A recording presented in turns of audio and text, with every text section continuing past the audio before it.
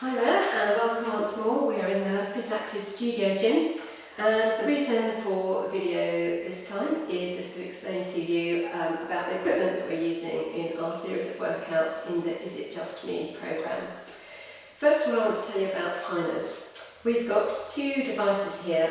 The first I want to tell you about is a little app that you can download onto your phone. It's called Tabata Pro. It's available from the App Store. And I'll explain to you in the online resources exactly how to set this up so that when you work through the workouts with me in the videos, your timings will be the same as the timings I'm using with the videos. So this is really handy, it's free, you can just download that and use it for all sorts of different timings. It's really a sort of useful app that saves you having to sort of peer at your phone and work out how many seconds have passed and do I stop, do I go. It's quite clear about stop and go. Likewise, we have this little gadget here. It's called Dumbbells. You can get this online and it costs something like £50 to £60, so not cheap for such a little thing, but it's quite handy, and again you can set your interval. It beeps when you finish you're doing your work interval and then beeps again at the end of your rest. So both are quite handy. This one has a little clip on the back and you can wear it, and so you can move around and it will be, if you like running and it likes, or doing power walking or something, this can be quite handy to take along with you.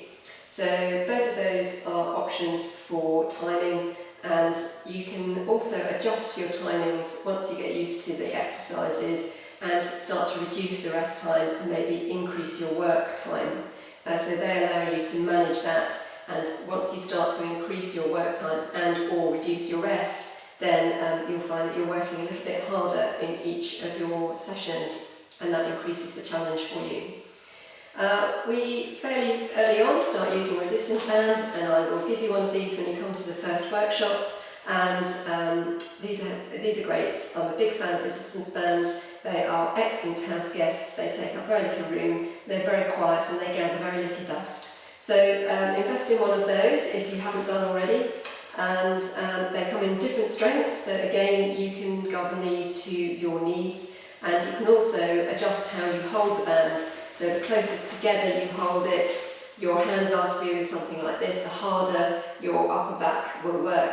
If you hold further away, then it's a little bit easier. So you can control your challenge. That's another reason I really like them. You can adjust them exactly to your needs. The next thing that we use are dumbbells, free weights. They come in all sorts of different shapes and sizes, and what you might want to consider is getting a little collection. 1.5s, a pair of 1.5 kilos, a pair of 3s and a pair of 5s are a good selection to start your journey. We're looking at building up through the weights, but it's really important that you take it gradually. So don't sort of start throwing around your 5k weights and then wonder why every muscle in your body aches and you've got a bit of a sore back. Just take it gradually and build up nice and steadily. But you know, you can always start with just a pair of quite light weights. I've got a pair of 2Ks here, and you can use them as single weights. And I've also got an idea in the workout where you double up and hold the weights together in one hand, so that becomes 4k on one side of the body. And it's really useful for the body to work with uneven weights, because we're quite often in a situation where we're holding uneven weights. Okay, so apart from those two pieces of sort of resistance-based equipment, we have I have used in one of the workouts that I share with you these handles. These are quite handy.